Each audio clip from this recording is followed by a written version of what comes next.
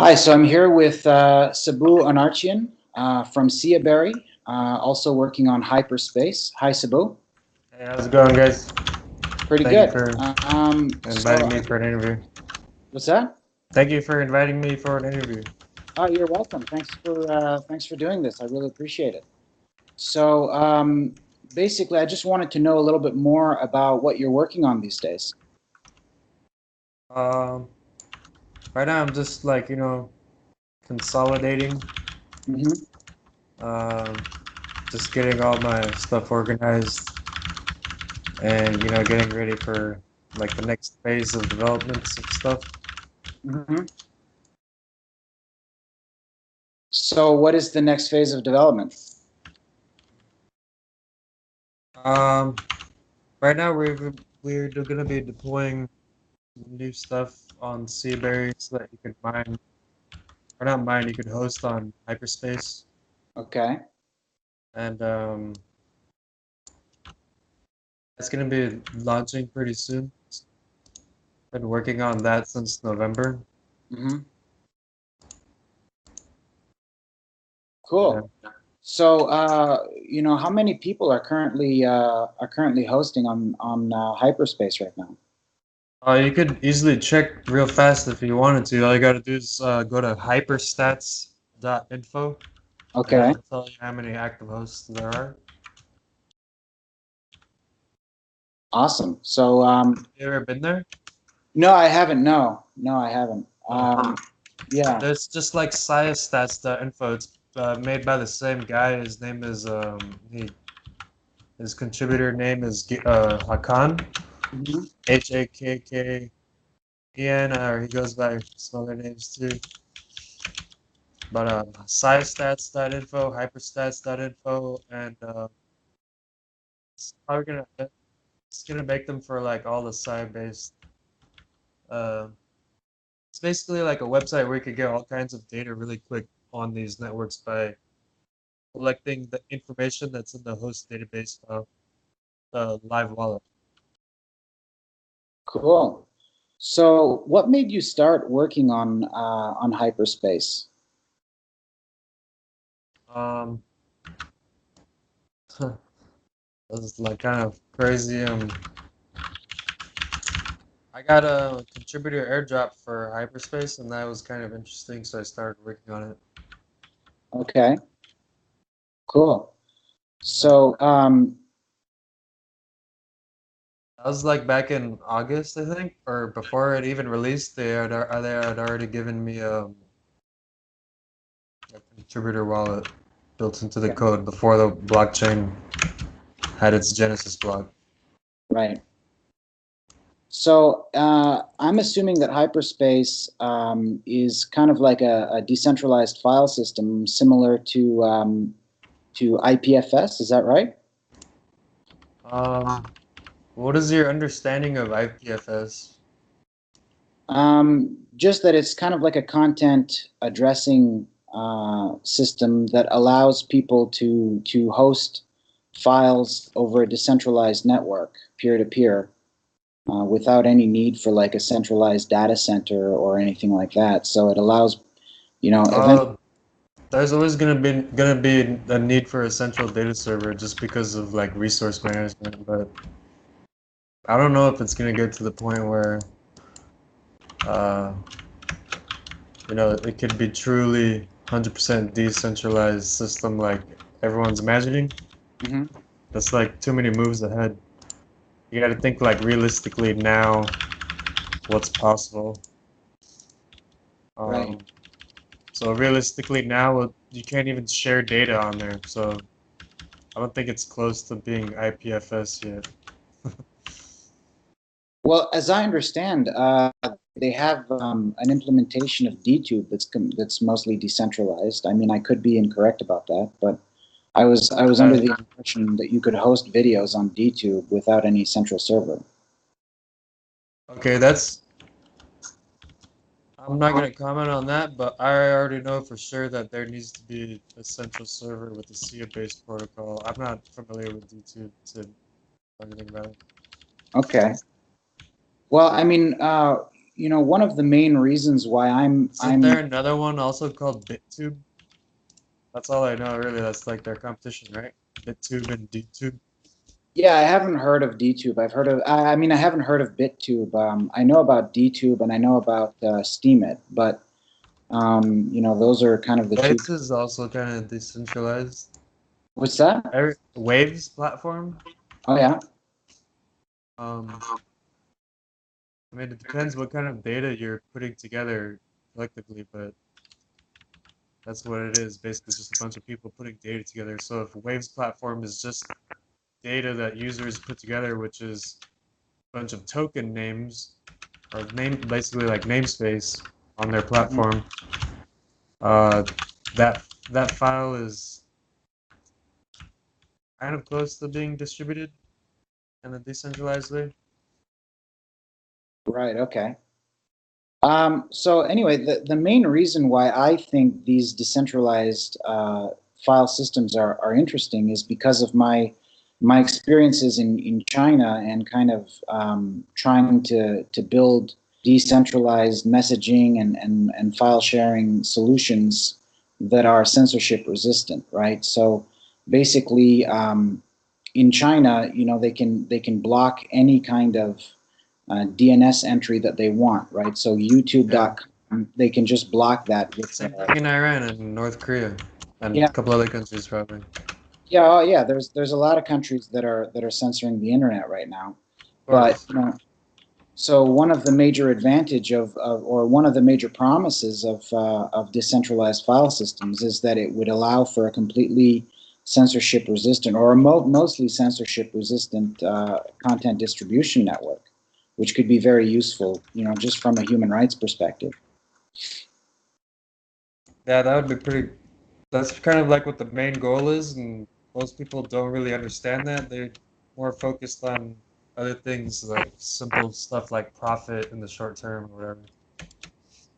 Yeah, yeah, I see that there's a lot of speculation in especially in the Bitcoin space. A lot of The people are whole buying. thing, yeah, the whole entire space. The whole crypto space is very like all over the place with the pricing. It's very, they're just that's all they think about. Most people, Yeah, most where they just view it as a speculation instrument, I guess, yeah, and they don't really understand the technology or why it's so promising. Um, so if Siaberry and hyperspace still require some centralized infrastructure, how do you propose making it censorship resistant? um, by having enough hosts running the servers basically. Hmm. Like hosts as in play people that are running like a Siaberry or something similar Hmm. that is hosting the data of the network. But that also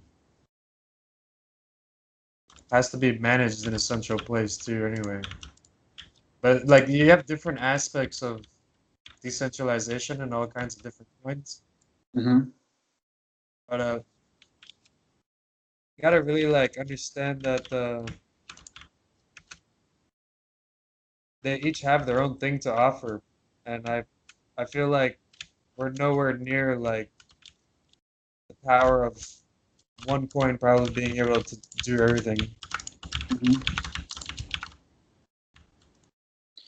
Yeah, I mean, one of the things that kind of got me started off in this space in 2011 was kind of my familiarization with distributed hash tables and how they essentially could be used as an alternative to the DNS system because they allow people to essentially have a static hash that they choose and that they introduce into the distributed hash table.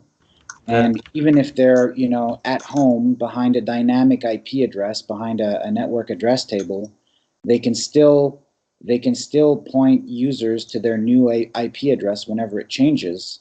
So that would allow people to have servers, you know, over DHT, even if they're using a dynamic IP address. which would make, having a home server, a home web server feasible if, these protocols were embedded directly into browsers. And it looks like Mozilla is currently implementing some decentralized file storage technology in Firefox, or at least they claim that they're working on it right now. So, what do you think about that? That's pretty cool. I haven't been keeping up much with the browsers though. Okay. But that is pretty cool. I'll check that out. So, I mean, how do users interact with the data over hyperspace? I mean, if it's not going to go through a browser, how do I mean, what's the interface like, and how do people actually use it? It looks like right now it's running off of the graphical user interface is running off like an Electron wallet fork, basically. Okay. The same as Siacoin's wallet, but the interface is just a little slightly different than Siacoin's. Okay, cool. So, I mean, what would you consider to be the major advantages of hyperspace over other decentralized file systems like IPFS? It's probably going to take a long time to be able to tell. Hyperspace and Siacoin are still in a very early stages, Yeah. so can't really compare them to a lot of things yet. They lack infrastructure, yeah. So it's not going to really get much done without the infrastructure. Right. Right. So you're talking building a decentralized infrastructure is a lot more difficult than building a centralized one. Oh yeah, I'm sure it is. I mean, there's a lot more moving parts, obviously. Yeah. You gotta get that cooperation from all those users, which is very difficult sometimes. Interesting. So, when do you think hyperspace would be viable? Um,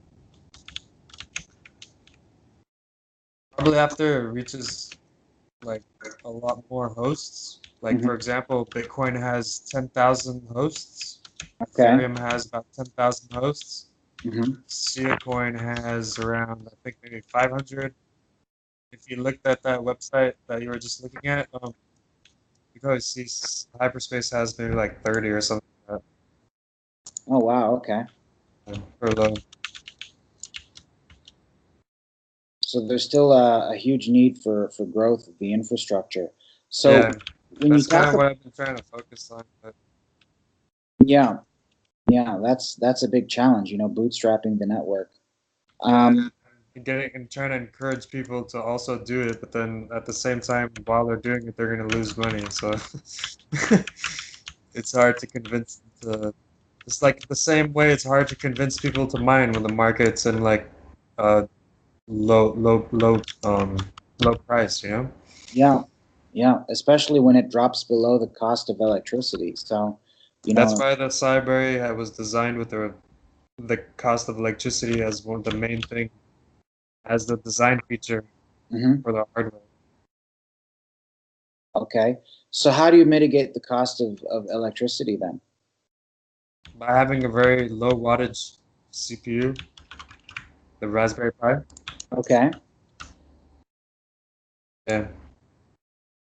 So, is there a threat that later on, if the network scales, that people could kind of dominate the mining space with ASICs or application-specific integrated circuits like they do in the Bitcoin? I would really love to see them make hard drive ASICs. Yeah, that's I hope true. someone does that. But I Because mean, right now there's a couple hard drive manufacturers. There's not that many. So if a new hard drive manufacturer came out mhm. because of cryptocurrency, I think that'd be a great thing because it's adding competition in the market Mhm. and innovation and whatnot. But I mean, isn't there still some computation required in terms of verifying the cryptographic hashes of the data? I mean, isn't that still computationally expensive? Is it just storage requirement that for mining, I or think in the long run, the requirement is going to be just storage. okay, Um, I think the hashing needs of the hyperspace will be reduced over time. Well, when they release master nodes, they're going to start taking like 30% of the block reward or something like that, I think. So a hypernode is like a proof of stake miner for hyperspace, where it has proof of bandwidth and it serves their blockchain users with the consensus file. So you get paid for serving out the consensus fast. You know what I mean? yeah, I gotcha. So if So you're a host and you're hosting data and you're fast and you're also hosting the consensus data, then you're getting paid twice. So mhm, this increases the value of being a host, offering like all those services. okay, You know? yeah. Um, One of the things that I think is interesting. Because the Scicoin makes such low amount of money for their hosts that nobody wants to do it. They just quit Right. after a little while.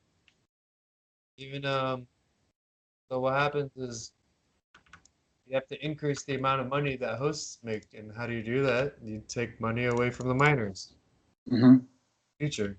It's just like it's kind of like economics. You know? That was one of the, but you also make it in a positive way. You don't just take the money. You have to add more proofs. Um, example, like if your latency is good, I want to have them add latency, like proof of latency. Like if your latency is always high, Hmm. low or good or bad, whatever, determining on that, like there would be adjustments on your host score too, based on your location of yourself and your host. But then you gotta also have like adjustable options to be able to say, I want this many hosts over here and this many hosts on this continent, and so over there, giving full more control, and that's kind of what Slicorn's trying to just release something like that. It's called MicroSia, Hmm. and in MicroSia you have full control over the contract information, kind of like I think it was like a library programming your own transactions, basically. Okay. So now app developers are going to be able to start making more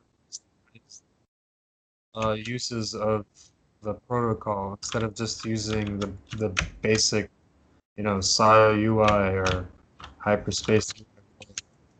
Um, now that the Cyclones developers have given more tools to people to develop with, there will be some more complex things coming, maybe. But it might.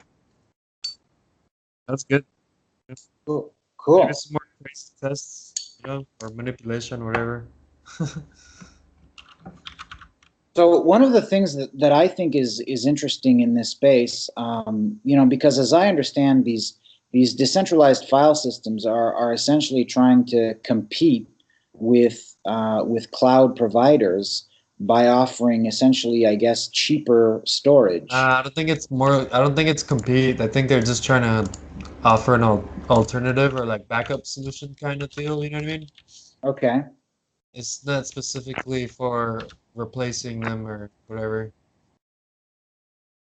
They want to like synergize with it more so than try and compete with it. Hmm. I think that direction and that mindset is what will make it so we can get somewhere. Not so much as competing. Okay. So you don't necessarily see this as something that could be, a big kind of taker of market share in the cloud industry. You see it more as something synergistic that could support the cloud industry Yeah, offering with the me. research too. Like a lot of it is research that we're doing in these storage-based Siacoins. It's still an experiment. I don't think it's not actually ready for any actual meaningful use. You know what I mean? Okay. So one of the things that I think is very interesting, in terms of getting content on these decentralized file systems, is actually having some kind of cryptocurrency reward for Yeah. sharing content that becomes popular on the network. So if you share a file that everybody replicates over many, many nodes, the blockchain could kind of recognize content creators that contributed popular files, and this would actually incentivize usage of these decentralized file networks, and it would also, I guess, Yeah, that's all growth related. Like later, that will all come later for sure. mhm. Growth related stuff like that. To get people to increase the usage of the network is very hard right now because you can't do even like certain things like even sharing a file. So to even be talking about like that right now is like pointless. Mm. We know it's supposed to try and get there eventually, or else like you can't even. For example, if your computer crashes and you didn't have a backup of your contract files, Mhm. then you lost all your data that you uploaded on there. They don't even recommend to keep any single copies of data. It's like 50% lost, unrecoverable. You know what I Right. mean? Like So, it's too fragile still. It's very fragile the system. okay. So it's like a little baby. Mhm. So So it's we still gotta early figure out days. how to.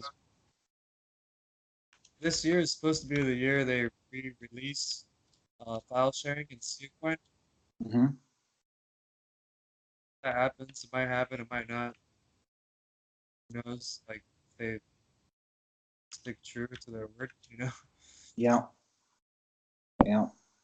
So, I mean, I would hope so, though. You know, I hope they would stick true to their word. but there are decentralized file distribution networks or file sharing protocols like BitTorrent, for example, that Yeah, are very robust and that yeah. work. They've been working for like a long time, perfectly fine already for a while. Yeah. So I I think that the major drawback, or one of the major kind of bottlenecks of BitTorrent is that it doesn't have a decentralized index of content. So if you want to, go to a torrent, you have to find some kind of torrent website yeah. that's hosting magnet links. And so I think that one thing that I think would be very interesting is It's just, a point of failure, is what that is. yeah, absolutely, absolutely, because if you can block the torrent search engine, like for example the Pirate Bay, then people just don't have a way of finding the content that they want, and they can't become seeds or Well, peers. yeah, if they have illegal content, then sure. I mean, if you have legit content on a torrent, then you probably wouldn't get it seized, right? Right, obviously. But I mean, still, when it comes to legitimate content, or the definition of legitimate, again, changes from country From to your country. perspective. Yeah. So if for example you're in China and you're saying something critical of President Xi Jinping, for example, that would be considered in China. That would be considered illegitimate content, right? So um, I guess the original idea of the founders of the Pirate Bay is that they were just opposed to censorship of any kind, and as a result, most of the content that they were pointing to on their site ended up being, pirated content. Um, but the underlying idea that you shouldn't be able to censor what people are hosting, I think is a very This valuable idea. statement just like censor somebody on their website for like some PC shit or whatever. You know what I'm talking about? Who? Like Steam it is supposedly decentralized, right? Yeah. So but they can censor people. Right. Is that decentralized, or is that just one aspect of the program is decentralized and they get to call their program decentralized now? It's just marketing. So it's not really a decentralized, fully decentralized. Like you can only get so close to it. You can't be fully decentralized. I don't think it's possible. You know what I mean? Yeah. So you don't Um, think it'll ever be possible for hyperspace to be censorship resistant? I think it can be censorship resistant, that's for sure, but it's not going to be fully decentralized and censorship resistant. I mean, I can understand, for example, some kind of I mean, you consensus. could upload whatever you want on there. Nobody can control it. Nobody can Yeah. see it. So that's kind of, it's too private right now. You know what I mean? Yeah. It's like a really weird way to upload your data on the internet. It's very unconventional and weird way to upload it. Hmm. Uh, but people want to do it that way so that nobody knows what's there. But then when you go to try to get it, it's really hard to get it. So now they got to come up with better ways to, after spreading all that data everywhere, now they got to figure out ways to send it all to the same place when someone wants to receive it. Right. Well, I mean, eventually, when it comes to censorship resistant, I mean, I can definitely imagine some kind of consensus algorithm that would allow users to flag content as obscene or inappropriate or something, right? So, for example, a rape video or a I don't video. think you'd be able to pull it down. I mean, yeah, you'd be able to rate it, but I don't think you'll be able to pull it down. You'd be able to rate it, and you'd be able to slow down, how much it replicates across the I mean, if network. you really wanted to, you could like try and figure out who is hosting those files Mhm. and maybe go bug the shit out of them until they stop doing it. Right. You know what I mean? But it's not necessary to pull down everything that people find obscene. But I think it would be useful to just not necessarily. I mean, if 90% of users who consume a piece of content determine that it's not worth watching, maybe I can just set my client on my side to just not show me generally obscene content, right? I can just filter that out on my side if I don't want to see it, or I can have some kind of child-friendly settings so that people in my family don't necessarily um, Yeah, I get. think you'd be able to do that because there's a lot of space to, because of the way they wrote the program, there's a lot of space to add all kinds of data to those files, those little tiny shards of data that are going everywhere. Right. Yeah. But just, I mean, if someone's not giving you, I don't know, it's gonna kind of be complicated, I think, to give someone a link to like, and it could be like 100 servers, and based on their location and their latency and the bandwidth and the cost of the servers, there's like an algorithm that automatically picks the most efficient way for that data for them to receive. Right. You know what I mean? That's Yeah. kind of like cool stuff I'm thinking about, like that. So like basically like optimal routing, or basically like Yeah, getting to the closest node that's hosting the for the file. price you're willing to pay. You know what I mean? Yeah. But Yeah. also like it's kind of like just letting the market figure itself out instead of trying to just make so the prices like in certain areas higher or lower. You know, who knows? Like maybe that's the way it should have been this whole time. And also, when it comes to privacy and censorship resistant, do you envision potentially being able to allow users to set up routes to each host and node, so that like onion routes, for example, like Tor, You so want to that. make a If you want to make a contract with every single host on the network, you can. Okay. And if you pay enough money for the amount of storage space they have and they have some available, Hmm. you can with there's certain ways to just to do it, but you have to go beyond the regular wallet to be able to do it right now. So hopefully, but I think in hyperspace, there's so few of a hosts that when you do make an allowance for a new data storage leasing, Yeah. uh, you do eventually probably make a contract with every single host that's online because you need 50 of them Hmm. to upload a file fully backed up 3 times, Hmm. but you need 20 to start uploading. So there's like maybe so you have to get that number of 50 at least, and it takes some time. Yeah. So it's still early days. It's still kind of a fragile network, and it's still Yeah. not necessarily optimized for performance, I guess. It's kind of like it's performance wise, I think it's good performance wise. It's usability that really sucks. Okay. Yeah, the usability is just like not really there. Interesting. So I guess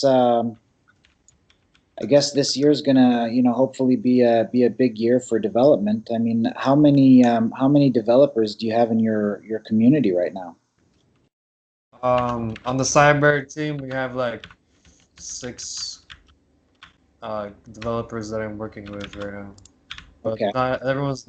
There's only 2 of us that are like full time on it, Okay. and the others just like help with the advice and stuff like that. Right. So I mean, is there like a big community on GitHub or is it? I For mean, Siaberry, not that many. It's like 6 people, but Siacoin's got a huge community on GitHub, okay. and Hyperspace is building one up. It's the most. Like, it's the one that's closest up there, like in term. Right. Got it. Okay. Well, I really appreciate you making the time for this interview, and we'll keep in touch and let me know how progress is going, and we'll see what happens with Siaberry and Siacoin and hyperspace this year. Okay, sounds good. Yeah, we're gonna be releasing probably 2 new models this year, Hmm. maybe more. I don't know, but you're just trying to make it better than last time around. Right. Yeah. All right. Well, thanks again, and have a good one. He's good. Yeah. Bye.